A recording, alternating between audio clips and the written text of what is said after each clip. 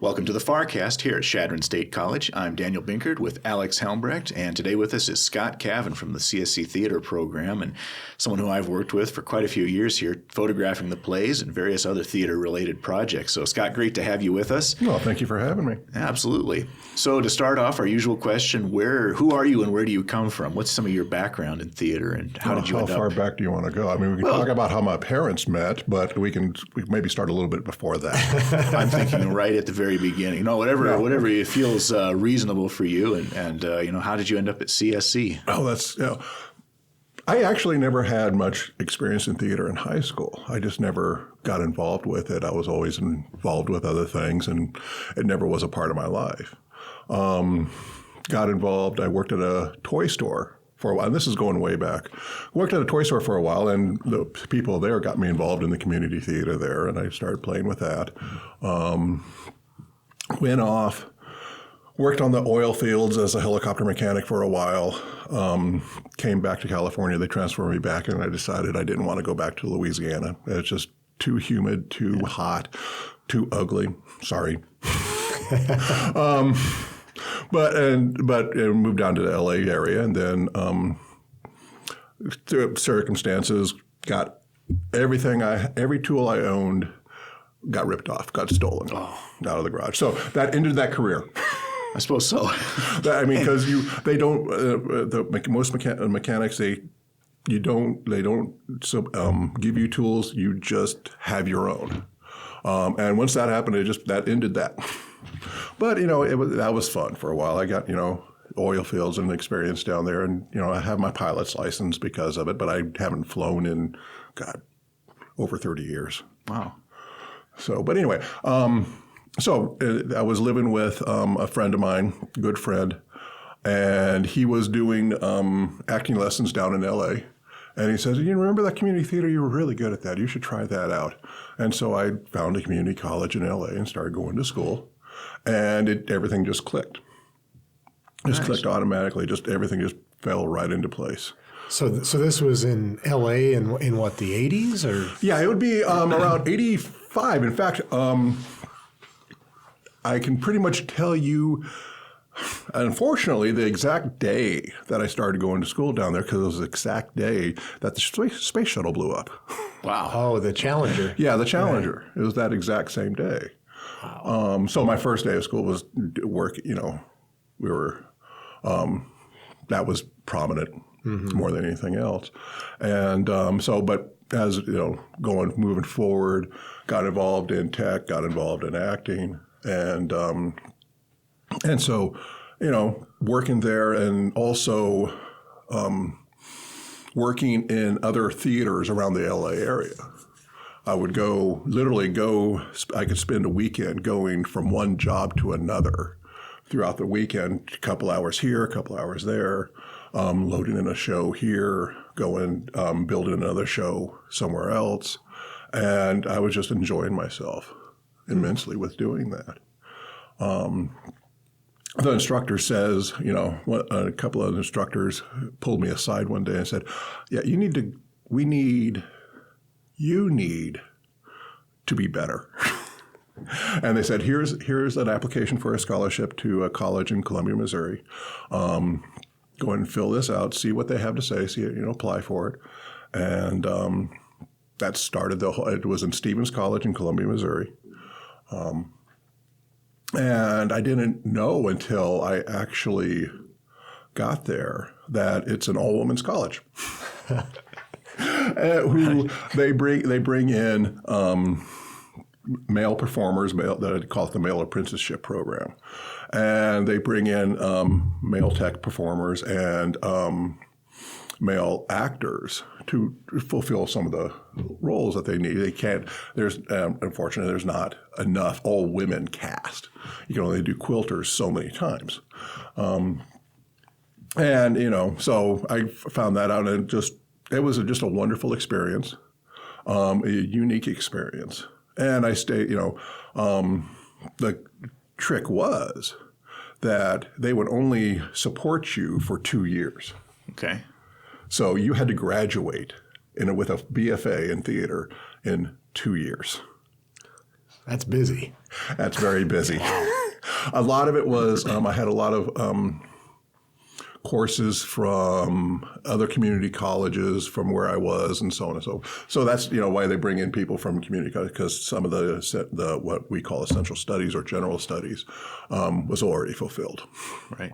So it was, an average about 18, 20 hours semester. And then all of your other related duties, which was working in the shop, 10, 15 hours a week and so forth. And then they'd shove you into roles because usually walk-on roles. Just we need a man here. Okay, there you go. And so, but from there I went in and took a year off in between and then started at Illinois State. It was in Normal, Illinois, about 2 hours south of Chicago. And so that was, again, just loads of fun, enjoyable. Got to, design degree out of that, and also picked up connections within Chicago. Okay. And working. Again, weekends spent going up to Chicago, working different venues, different places, and so forth. After that, just spent time traveling, gypsy lifestyle, touring. Never liked it. Well, so were you acting or were you providing tech? Providing tech. Okay. Providing tech. I've always been more of a tech person. In fact, one of the first acting classes that I was enrolled in, the instructor, pulled me aside and very in a nice way, said, "You're going to be a tech design major, aren't you?" I said, "Yeah, now I am." That's constructive criticism. Yeah, that's constructive criticism. That is best. Just a very casual question, but I, understood exactly. And I knew I was never much, of a performer. I never was comfortable, I never comfortable being confined into a role. I was, never much to follow the lines or anything like that. So that's horrible to say, but that was just who I was. Can you kind of explain the difference between, I suppose, those behind the curtain and those in front of it for our listeners who might not be aware of that? Yeah. A lot of what you'll find, regardless of the cast size, there are as many people behind the scenes making sure that everything happens as it should. It could be somebody who will make sure all the props are there for the performer when they come out and they can instantly grab something and take it back out on stage. Or it's a matter of just making sure, like the assistant stage manager will be backstage and the stage manager will be up in the booth, calling the show, making sure all the lights and sound cues go as they should. Such a simple idea of a telephone ring. If the telephone ring doesn't happen when it should, then the performers are just lost. Mm-hmm. They just don't have nowhere to go. They, ad lib, and all of a sudden the audience, unless they're really good at it, the audience picks up immediately that something's wrong. So basically, a lot of the backstage crew is there to make sure that nobody notices them, and to make sure that everything that's happening on stage is natural and believable. There's this term it's very common term, is that suspension of disbelief. Is that ultimate belief that whatever is happening on stage, no matter how ridiculous, how otherworldly, how unrealistic it is, that is the truth that is happening right now. Even with, we just did a performance of Evil Dead. Completely unrealistic. But we, as an audience, the audience wants to believe in what is happening on stage as reality, no matter how unrealistic it is. And so the backstage crew makes sure that everything is available, everything works as it should. Going so far, even within Evil Dead, at the beginning of the show when the trap door springs open, is that idea of somebody had to be down there to push it open, and you may have seen their hands or something like that. But is that not breaking the audience's belief in what is happening on stage as reality. Because as soon as that breaks, then what ultimately happens is that the audience has to regain that belief in some form or fashion, and that takes time. So when they're trying to regain that belief, they're missing information that's crucial to the story. And so the backstage crew is ultimately there to maintain that suspension of disbelief. Yeah, I like the way you describe that if they're doing a good job, no one's going to notice. And exactly. Really, we try to do the same with our jobs. Yeah, it's all that back end work that you have to get working and get finished. And then what the audience sees is effortless. Exactly. Hopefully. Right. Well, no, I mean that's the key. That's not how you know when you're good at what you do. When people, and this sounds horrible, when people believe that they can do your job. When you have people believe they can do your job, then you know that you're really good at it. And reached the pinnacle. Yeah, it's that you make it look so simple, so effortless. Right. Anybody could do it. I've had students who say that. I said, "Yeah, okay, come here, sit down. Sit down. Here's my day." And they go through and they go, "Oh my, oh my goodness, all of that." Yes, all of that. All that goes into it. And then it's one of those moments where you take a look at them and go, "You're going to do this one day." Yeah. And they go, "Okay." How much extra, if you could give it a percentage, if we take a main stage show in the auditorium with a big set and lots of lighting changes and sound cues compared to a simple black box show that's just in the literal black box with minimal set, what's the difference in terms of preparation and technical back-end work? That's a really good question because it depends. You can't really, in a lot of ways, you can't really compare a large auditorium show. No, I mean, I grabbed the two completely different scenarios. But actually, it works out well because in some cases, Odd Couple, which we did last year, was actually a very simple show. Okay. To tech-wise, as opposed to if we go back to way back to Vampire Cowboy trilogy, where the tech within that was much more. And that was a very minimal set, wasn't it? That was an incredibly minimal set. In fact, we're doing She Kills Monsters by the same playwright. Right. Similar stage combat techniques and so, but it's going to be the tech on that is going to be so much more than say Odd Couple or Charlie's Aunt before that. Evil Dead was a lot of combination of tech lights and so forth. So it's percentage wise, some shows require more, some require less. And the ones that require less, it's simply that idea of, from my end, I've got experience with this, so I can make it simple in a lot of ways. And some of the stuff that we had no idea what we're doing. And that's, it doesn't come up often, but every so often we just, we experiment. We select a show. We have no idea how we're going to do this. But so what? We'll figure it out. Can you give us an example of one of those that you've had in the last few years? Honestly, at the college, not so much.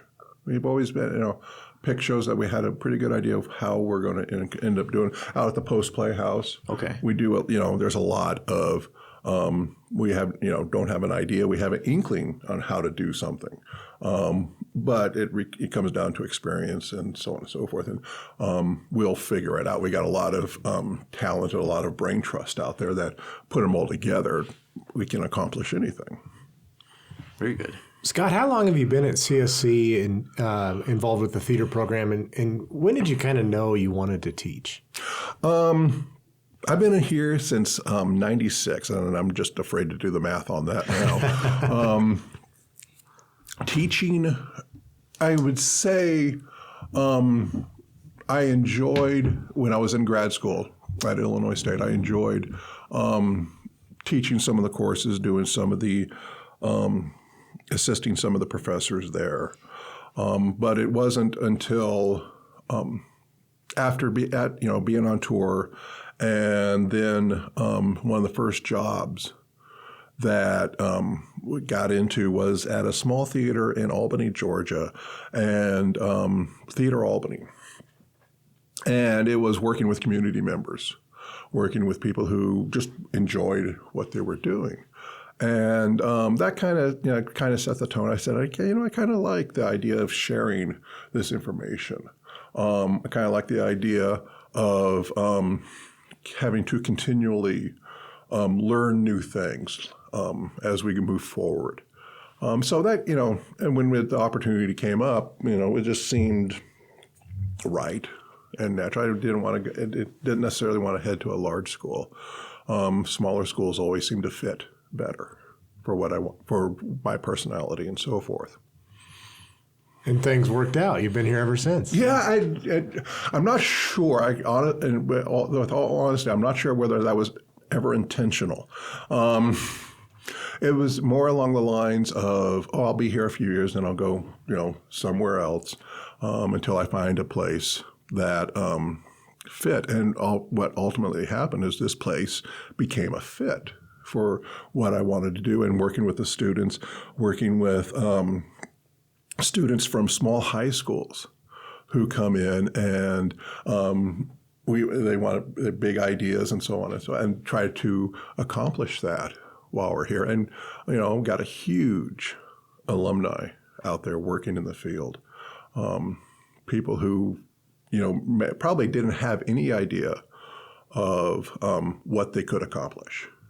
And that was always been very satisfying, especially here at Chadron. Yeah, absolutely. Oh, what are we on here? Well, Scott, you've been in the business for a few years.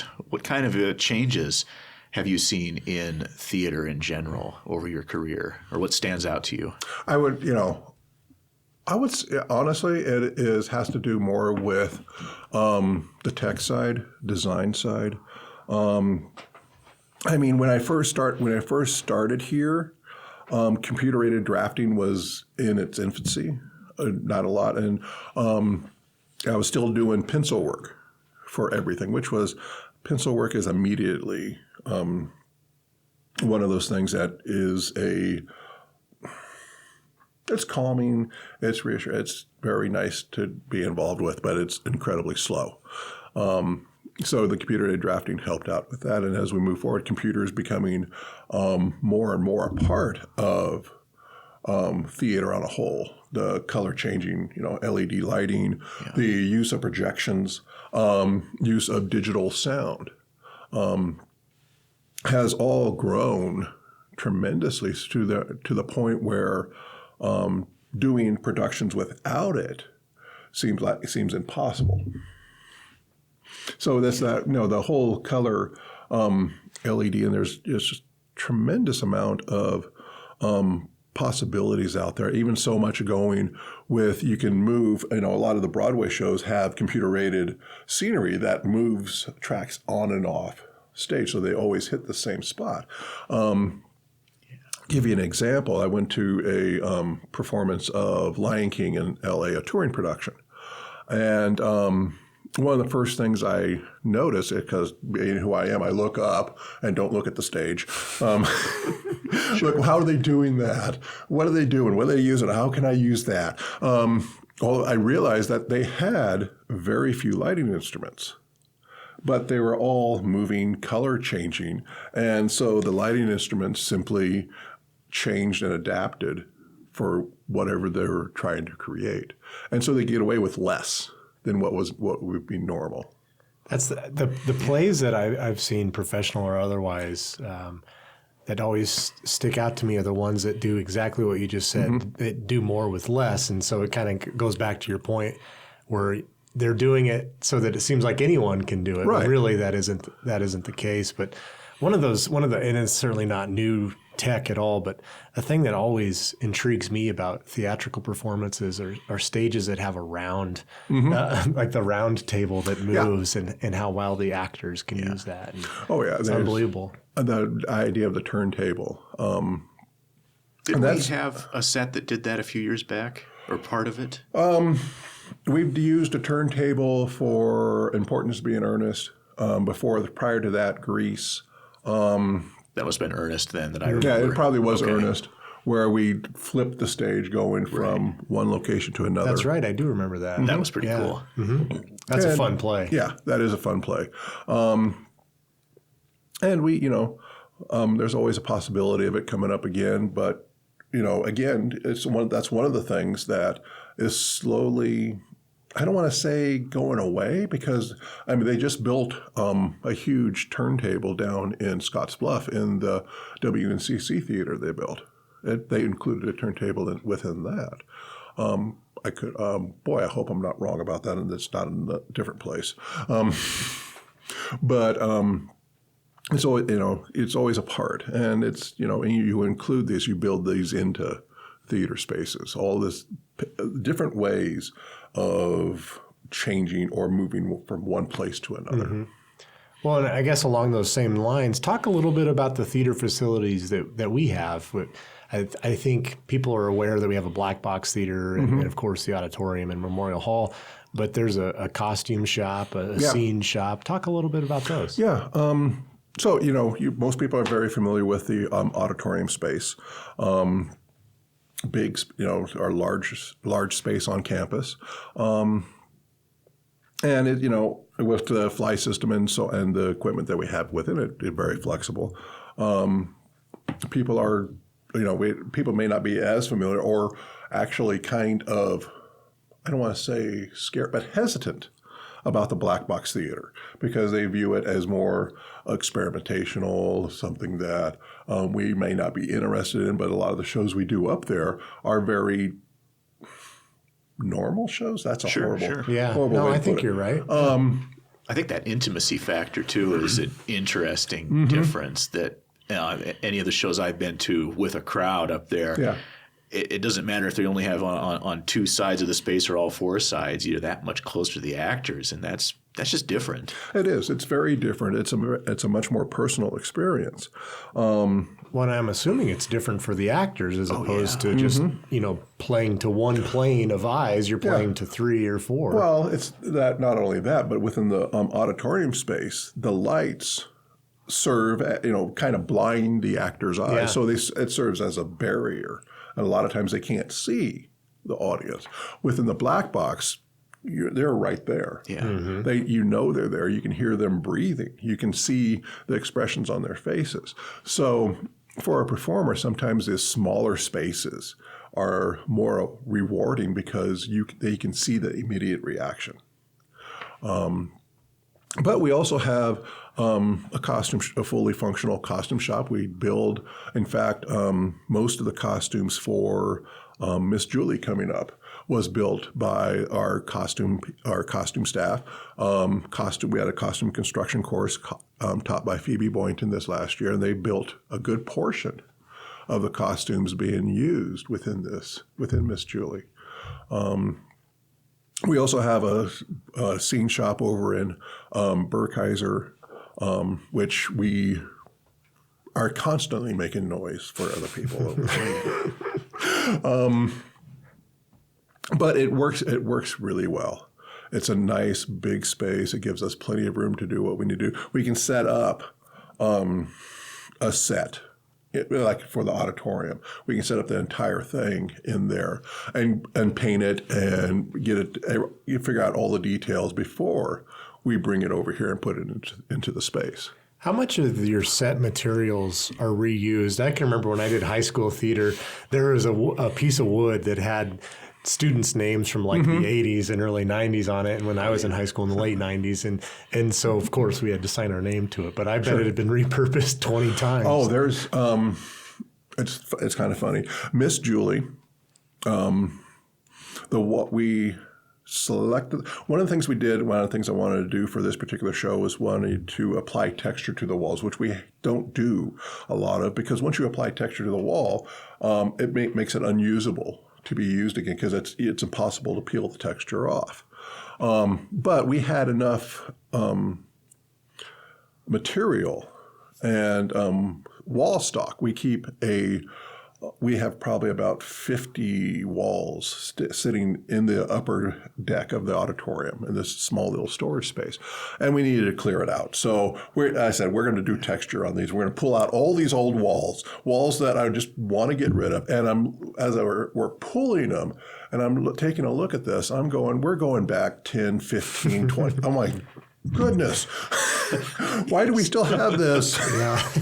But that's, Miss Julie is primarily walls that were built by students 10, 15, 20 years ago. Wow, that's cool. Yeah, and so we pick and choose, depending on will we reuse this again? How long will it sit here before we reuse it again? Do we have the space to store it? And so forth. So all of those questions, when we tear anything down, we go, okay, do we have a use for this, or do we just take it all apart and reuse all the lumber? A good part of Evil Dead was Leo Haselhorst did the design work. He's a former student. And when I saw the design, I said, okay, nearly everything has to be built. But what we'll do is we won't build it to be permanent. We won't glue and staple. We'll just go ahead and screw everything together so that we can pull everything apart easily, and then all that lumber gets repurposed into the next show or the show beyond that. Yeah. So we do a lot of that. That's a good part of the planning, even before we begin build, is to figure out what are we going to get back from it. Well, I suppose the same goes for props and costumes. Yeah, we have... I wanted to ask about the props because I've seen some of the collection, and I just remember this basket full of cell phones of any vintage you could ask for. Do you guys have like an inventory, or I know they're organized, but how do you go and say, all right, I need this thing, and I'm going to go grab it? Mm-hmm. It is very organized. We have things, props, organized by, medical supplies. We have drawers of medical supplies that we've had from old shows. We have drawers like cell phones. We needed, and what's surprising is you can go buy demonstration models of cell phones. They're not non-working, but for stage work, they work perfectly. They look just like a real cell phone and so forth. So, we have baskets of those. We have baskets of, dismembered limbs. We have baskets of shrunken heads. I remember years ago, one of the things that we kept looking for was some of the old freestanding radio units, the tall ones, the old Victorian, so on and so forth. And we didn't have any. We just going through shows. We said, we need something that would be perfect right here. And then one summer, I'm at an auction, and they have like 4 or 5 of them sitting there. I said, okay, I'll go ahead and bid on it, and not thinking I'll get it, but thinking it'll be horribly expensive. I bought 4 of them for $4. Perfect. They all went down, and they've been brought out, and so forth. And so we, odd things like that. How often do you run into a situation where you need to source a new prop for a show, or is the collection robust enough now? There's always an issue where we need to buy something new. Or how much do you make something versus buy something? Is that a possibility? It's a very definite possibility. Again, going back to just recently Evil Dead, we built the moose that hung on the wall, the moose puppet, because we needed it to be a puppet. We needed it to sing. We knew there were probably taxidermies we could get a hold of, but then again, we realized those would probably end up being too big, too heavy, and they would not, without them being stuffed, they would not support their own weight. So we need something that could support its own weight and then have somebody's hand get in there and use it. So some of this more specialized ideas, a lot of the specialized props, like the chainsaw that he wore as a hand, that stuff was borrowed from former student, former alumni, former faculty, Ruth and Eric Nielsen down in Hastings. And I knew they had done the show, so I got a hold of them, and they were showing pictures that were just amazing. We got the book and a whole bunch of different things. So all of those specialized ideas that are show specific, we end up having to build or create. I remember the Audrey plant monster from Little Shop of Horrors was a rental, right, from a supply house or whatever. Well, that was, you can go in, there are a lot of people who rent those things. But we managed to find one that were built by, they build, puppetry and mascot costumes. And they had 2 or 3 of these, and they're just amazing people, very nice. And they said, "Yeah, go ahead. We'll give it to you. You need to practice with it. We'll give it to you for this much money, and rent it out to you, and shipping, and so on and so forth." And it was just great. It was amazing because I'm so thankful because I've done that show 4 times, and 3 out of the 4 I had to rebuild the plant. Well, we lucked out. So we lucked out on that one. At that time I was going, I am not rebuilding another plant. It's just not happening. I suppose not. Yeah, it's probably a process, I would imagine. Well, it is. A lot of people that end up building the plant build them for one use, but then they realize they put so much time and effort into it, and there's people that are willing to rent that, this one use becomes multiple uses. They figure what they have, they'll build it out of metal and so on and so forth, and cover it. It becomes, you get it, and it's too heavy for what you want to do or even have the mouth open up and down. So you got to, usually we've bought those elements and strip them down, refabric them, and get them to work. So what's an item or I guess a set that you've had to build before that you're really proud of? Something that maybe took a lot of time or a lot of effort? Is there one that rises to the top of your memory? There's always been unique challenges. I think some of it is, taking any of the black box shows is making. Oh, we got one that's going to blow everybody's mind, but I'm not going to say anything. Actually, it's the 4th show. It's the Great Beyond and the Ghost of Splinter Cove, where we have 2 completely different sets, and we have to change in between them in the black box. So that's going to be fun to engineer. But there's, just a lot of different shows, each of them making them at, being in one place for so long. You want to make each one unique. You add elements into each one.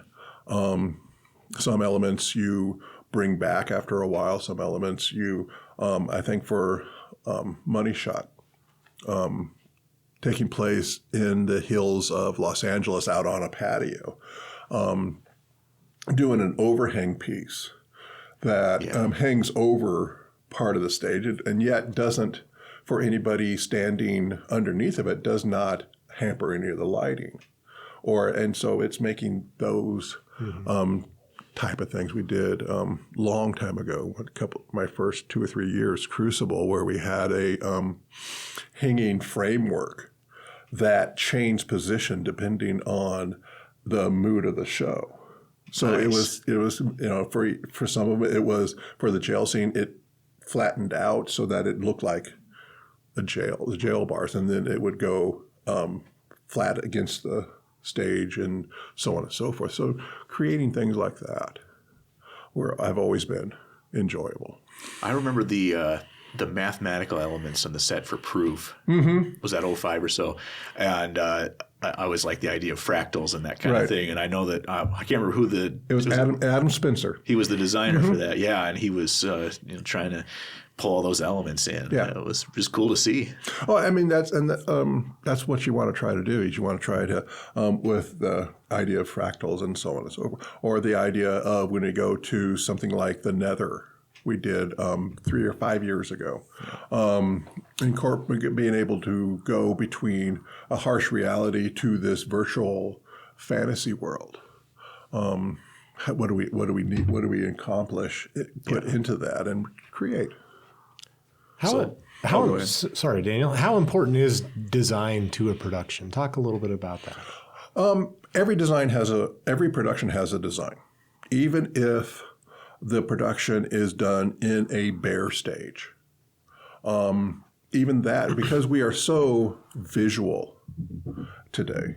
Everything we watch everything. So the audience is going to build an interpretation, build ideas, even if it is a bare stage.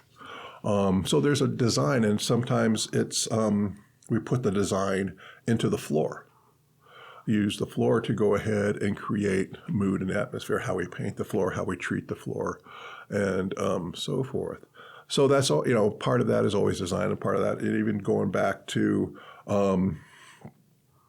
the play about the baby, in which it was simply it was done in thrust, 3 sides, audience on 3 sides, and the background was simply hung pieces of muslin spattered, and then 2 chairs out front.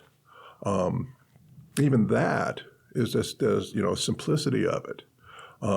Speaks, because the audience will go in and see that if they're, say, like 5 minutes early, that gives them 5 minutes to develop. This is what the show is about. This is where we are, and so forth. So it becomes important. Mm-hmm.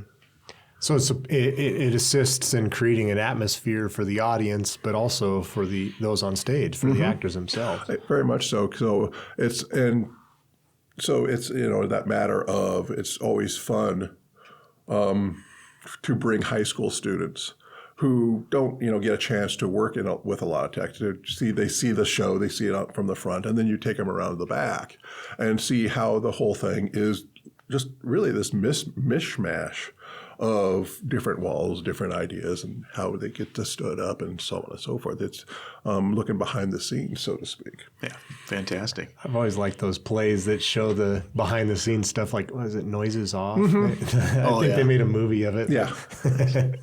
So, Scott, I want to ask you a little bit about the structure of the program here has shifted a little bit since Roger Mays retired, and we've got guest directors and visiting assistant faculty, whatever it might be. Tell us a little bit about how things are arranged now for theater students and the faculty. Right now, we kind of started this years ago, this concept of bringing performers to Chadron State. And that ultimately led from the idea that it became harder and harder to take students somewhere of significance and provide them with a significant amount of time working with professionals, or even just meeting professionals. The idea of just meeting professionals is wonderful, but ultimately you're limited like 2-3 hours. Makes an impact, but there is no learning experience involved with that. So, and this started back with Big River with Kevin Williams. Yeah. Bringing Kevin Williams in for that production, having him work with the students. The students, enthusiasm and learning experience from that grew, was a huge growth.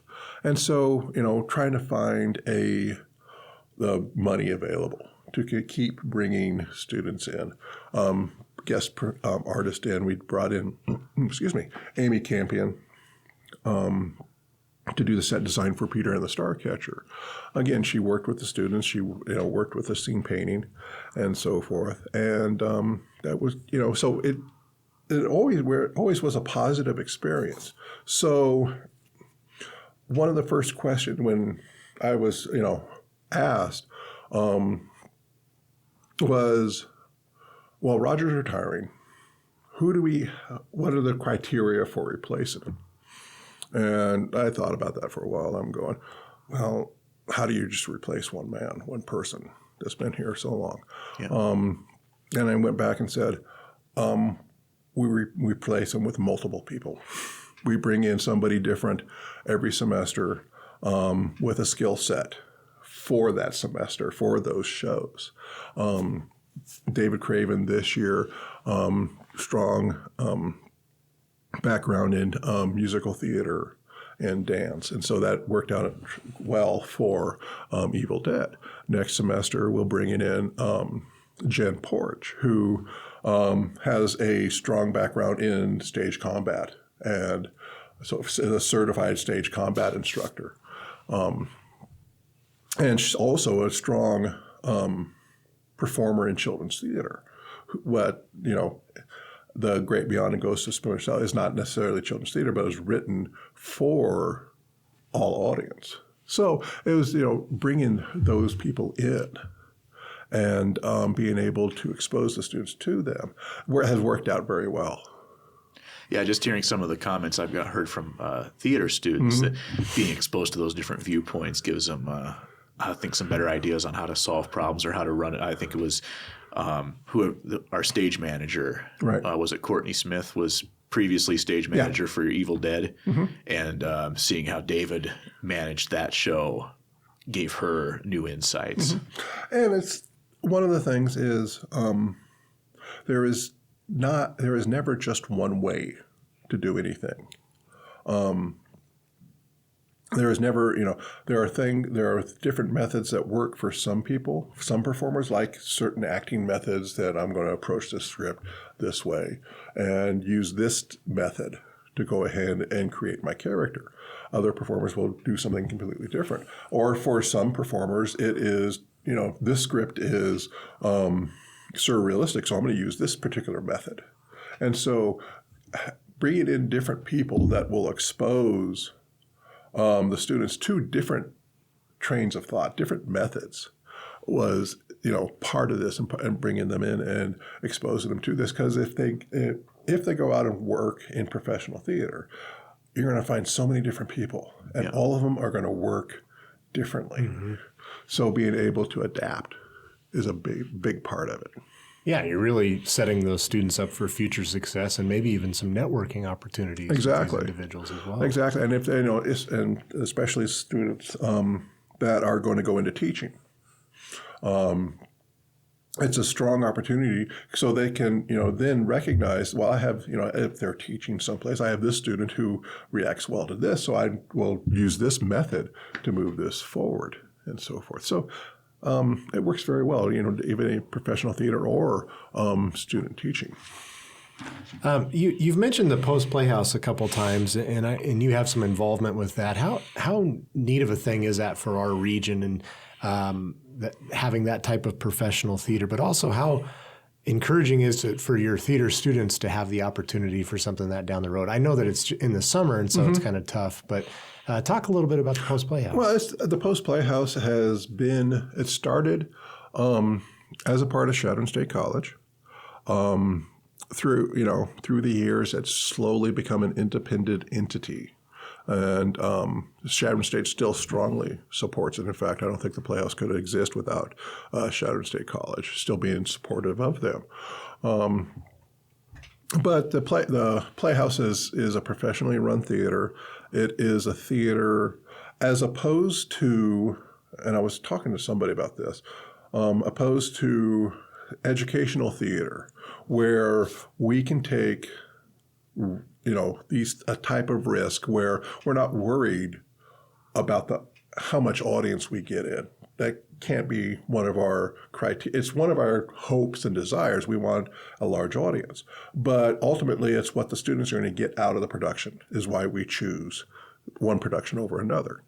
The Post Playhouse, on the reverse, is tied very tightly to the audience. They will produce shows, and it's not producing shows that are guaranteed that everybody will love. It's producing shows for the wide range of variety that exist in the Panhandle. Talking to audience members from the Post Playhouse, everybody enjoys a different type of show.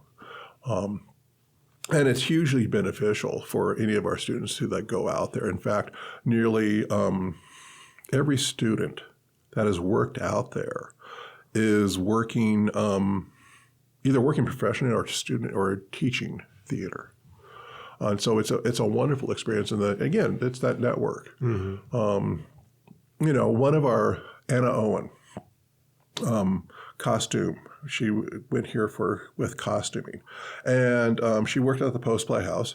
And she has her current job because one of the people that she worked with at the Post Playhouse contacted her and said, "Hey, this theater group is looking for this person. Take a look, see if you're interested." And she got the job, and she's out in Sonora, California, working as a costume shop manager, doing a fantastic job.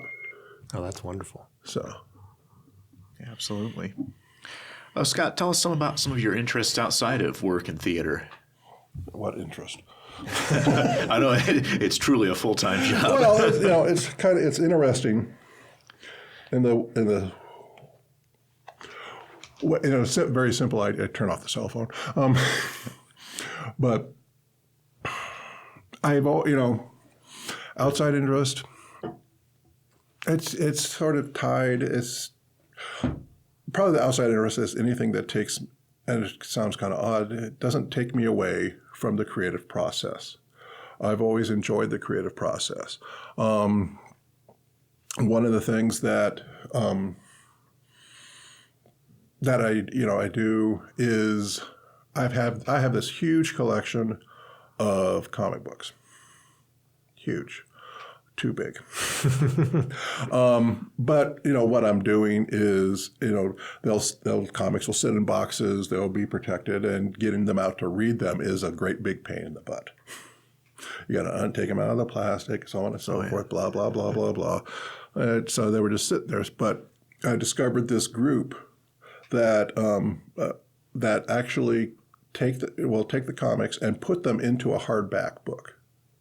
So now you can take up to 25, 30 comics, put them into a hardback book, and have them sit on the shelf. So if you decide you want to read them, you just take them off the shelf, just like any book, and go through them. So when I get time, I go ahead and because you can design covers for them. So some of the graphic design ideas. Cool.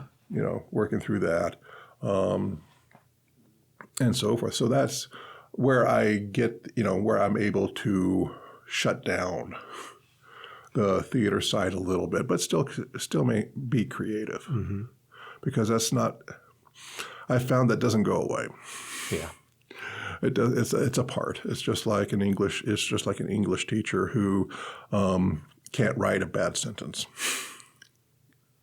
Or a photographer who can't take a bad photo. Yeah, I'm reminded of in the Stephen King book Misery. I know that was an allegory for addiction, but he was the writer talking about the gotta. You have the gotta. You gotta do this one way or another.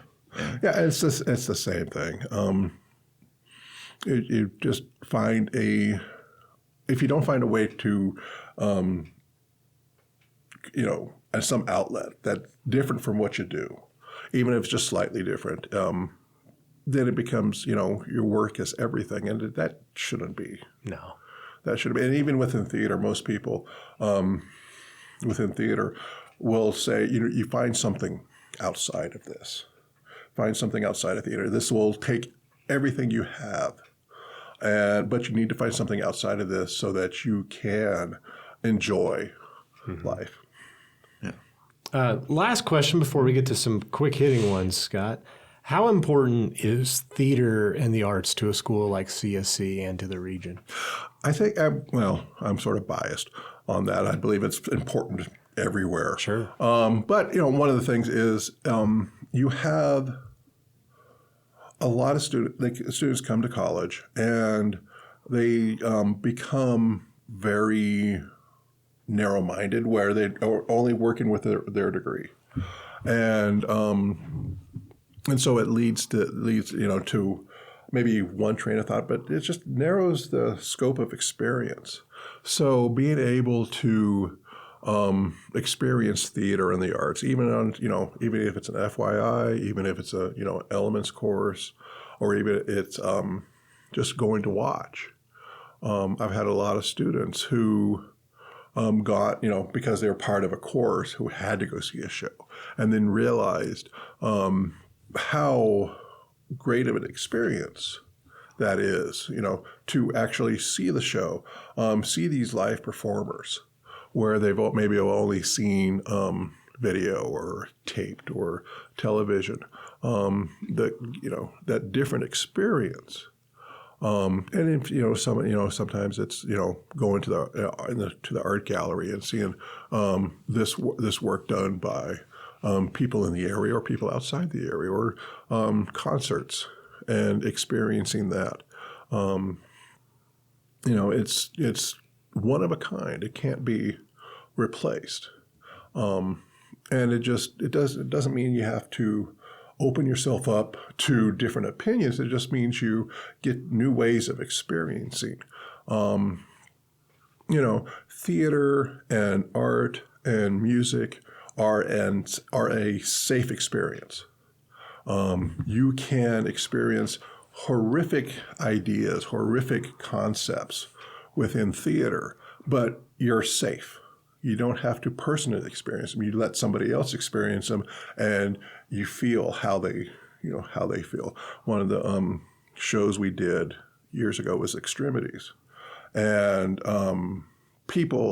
their reaction to that was phenomenal, because they never considered some of the arguments being presented within that. They thought it was a simple black and white, but they never experienced some of the other opinions being voiced. So it allowed them to think differently. Yeah, great way to put it. It is. So I guess that's time for some quick hitters. Okay. So Scott, what was the first concert that you attended? It was the Police on their Synchronicity tour. Nice. It was the tour right before they broke up. Well, at least you got to see him before Yeah, that. I know. It was, and I can't. It was just a couple of other bands that are just completely nameless. We all have those. Yes. Well, the next one was, what is a favorite movie of yours? But I think maybe the more appropriate one now would be, what is a favorite comic book of yours? Favorite comic book would have to be this one that was produced in the 80s called Grimjack. It was just a wonderful, eclectic comic book. It wasn't one that very few people are, they knew it at the time, but it has not been produced in a very long time. It probably won't ever be produced again.